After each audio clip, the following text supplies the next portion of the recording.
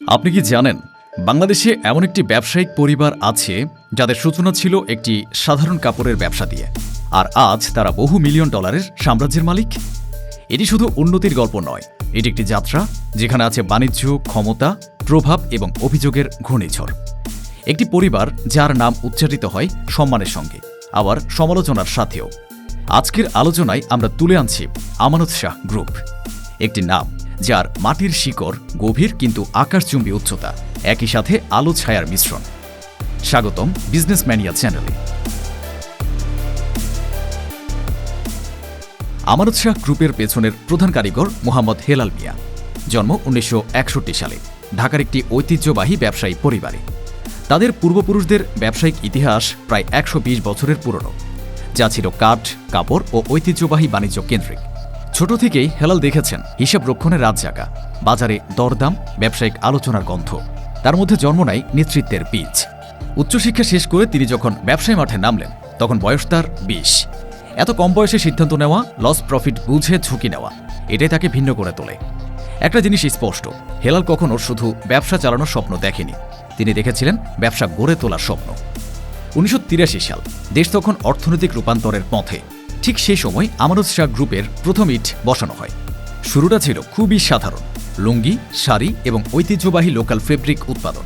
ছোট ওয়্যারহাউস, সীমিত শ্রমিক, কিন্তু হেলালের মাথায় ছিল দীর্ঘমেয়াদী স্ট্র্যাটেজি। তিনি জানতেন বাজারে টিকে থাকলে শুধু উৎপাদন নয়, সাপ্লাই চেইন নিজের নিয়ন্ত্রণে আনতে হবে। 90 দশকে তারা প্রতিষ্ঠা করল হজরত আমানত শাহ স্পিনিং মিল, তারপর ওয়েভিং এবং প্রসেসিং ইউনিট। তার মানে কাঁচা সুতা থেকে ফিনিশড কাপড়, সবকিছু নিজেদের অধীনে। উৎপাদন খরচ কমল, সরবরাহ দ্রুত হলো, বাজারের প্রতিযোগিতায় এগিয়ে গেল তারা। কয়েক বছরের মধ্যেই বিদেশি বায়ারদের চোখে পড়ে নামটি। 25টিরও বেশি দেশে পণ্য রপ্তানি শুরু হয়। আন্তর্জাতিক মেলা, চুক্তি, ডিল সব মিলে গ্রুপের পরিচিতি দেশ ছড়িয়ে বিশ্বে পৌঁছে যায়। এটা আর শুধু ব্যবসা নয়, এটা ছিল বাংলাদেশের টেক্সটাইল শিল্পে এক শক্তিশালী আগমন। 2020 সালের পর হেলাল মিয়া ব্যবসাকে আর সীমাবদ্ধ রাখেননি। তিনি জানতেন বড় হতে হলে শুধু টেক্সটাইল নয়, নতুন খাতেও প্রবেশ করতে হবে। তাই একের পর এক নতুন দরজা খুলতে থাকে। তারা প্রতিষ্ঠা করে হজরত আমানত শাহ সিকিউরিটিজ লিমিটেড, এবং মাত্র কয়েক বছরের মধ্যেই এটি দেশের শীর্ষ ব্রোকারেজ প্রতিষ্ঠানগুলোর মধ্যে জায়গা করে নেয়। এরপর ধীরে ধীরে তাদের বিনিয়োগের ক্ষেত্র বিস্তৃত হয় বিমা, ভূমি ব্যবসা, ব্যাংকিং, এমনকি চা বাগান শিল্প পর্যন্ত। 2005 সালে হবিগঞ্জের ফার্ম টু ফার্ম চা বাগান অধিগ্রহণ ছিল তাদের ব্যবসা বহুমুখীকরণের সবচেয়ে স্পষ্ট উদাহরণ।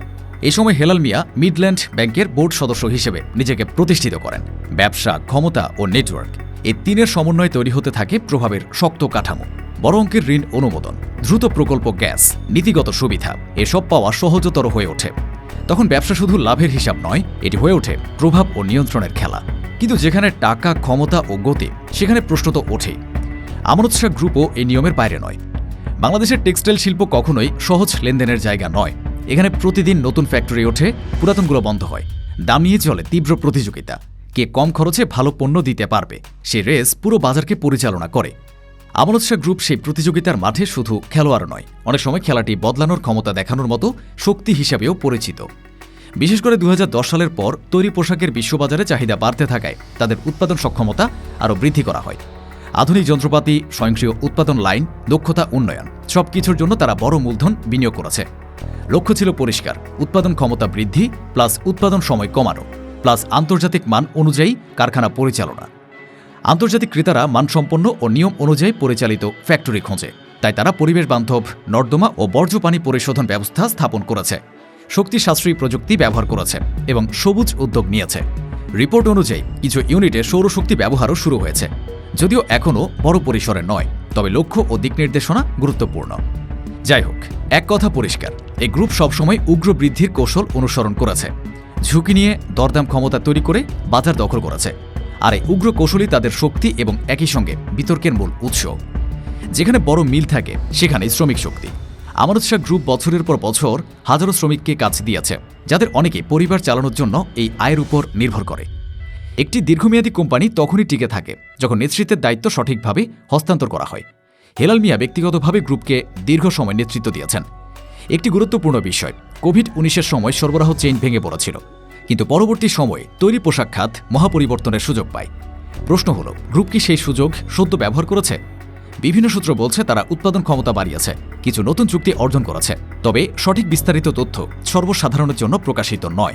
বাংলাদেশের শিল্প খাতের বড় চিত্রটাই এখানে লুকিয়ে। উন্নয়ন আছে কিন্তু দায়বদ্ধতা চ্যালেঞ্জ, সাফল্য আছে কিন্তু নৈতিকতা নিয়ে প্রশ্ন। এক পরিবারের না এক দেশের শিল্প বিকাশের গল্প? হয়তো দুটোই।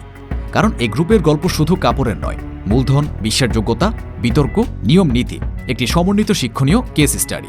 তাদের উত্থান, অনুপ্রেরণা, বিতর্ক, বাস্তবতা এবং ভবিষ্যৎ এক বড় প্রশ্নচিহ্ন। কিভাবে তারা আগামী দশকে কর্পোরেট শাসন শক্তিশালী করবে?